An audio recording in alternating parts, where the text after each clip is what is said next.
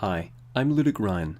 Today I'd like to talk about a game from a couple of years ago called Cibele, which complicates notions of player identity because it is an autobiography and contains real-world footage.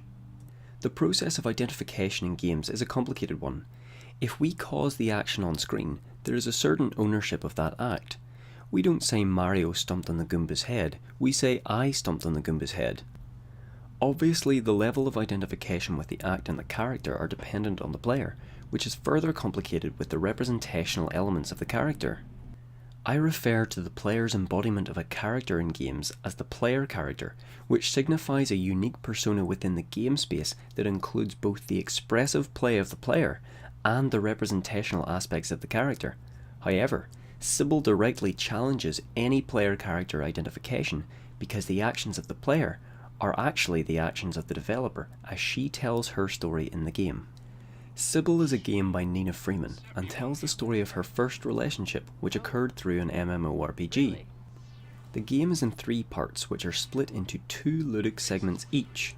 The first segment presents the player with a fictionalized version of Nina's computer desktop, through which photos, notes and poetry created by her can be viewed.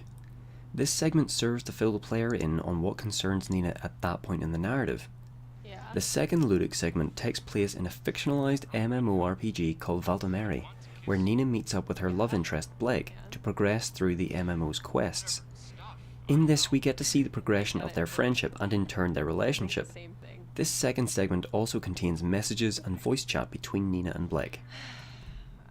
What the player must first reconcile with is the fact that they are presented with an alternate and real identity instead of a character they can embody. From the beginning of the game, our actions are framed as Nina's, as we are shown a short film clip of her sitting at her computer desktop. What follows in the first screen of the game is her own desktop screen. Any action we take is performatively framed through the real identity of Nina. This necessarily disturbs the regular player character identity found in other character-based games to deliver an autobiographical experience. As players, we do not experience the narrative of this game through our own characterized lens. We might approach a game like Everybody's Gone to the Rapture with our own interpretive play because the embodied character is left ambiguous. But with Cibele, we are presented with a very real identity in which it is difficult to form a hybrid player character that includes the player's expressive capacity. As an autobiographical game, Cibele does not exist to cater to the player's expressive play, which is what makes it so interesting. From this we might categorize identity dissonance as a rarity in games which complicates the interpretive role of the player when identifying actions taken as their own. It is then up to the player to reconcile with any identity dissonance they may feel when playing. This phenomenon of identity dissonance is rare and only occurs in Cibele because the character to be embodied by the player is a real person telling a story which actually happened. So why does the fact that the character is real problematize player embodiment? The character of Nina in Cibele must first be differentiated from fictional characters like Nathan Drake in the Uncharted series. Though the aesthetic creation of Drake aspires to photorealism and a lifelike persona, there is a tacit understanding that the character is fictional. A fictional character can never be fully realised. There will always be interpretive and performative gaps to be filled in by the player. The example of Drake in the Uncharted series, however, is fictionally well defined. His character is developed to the point that we might expect to know what actions he may or may not take independently of the player. This is reflective of the game system of Uncharted, in which the character exists, so there is less performative and interpretive gaps to fill by the player, but these gaps still exist in the way in which the player progresses through the space.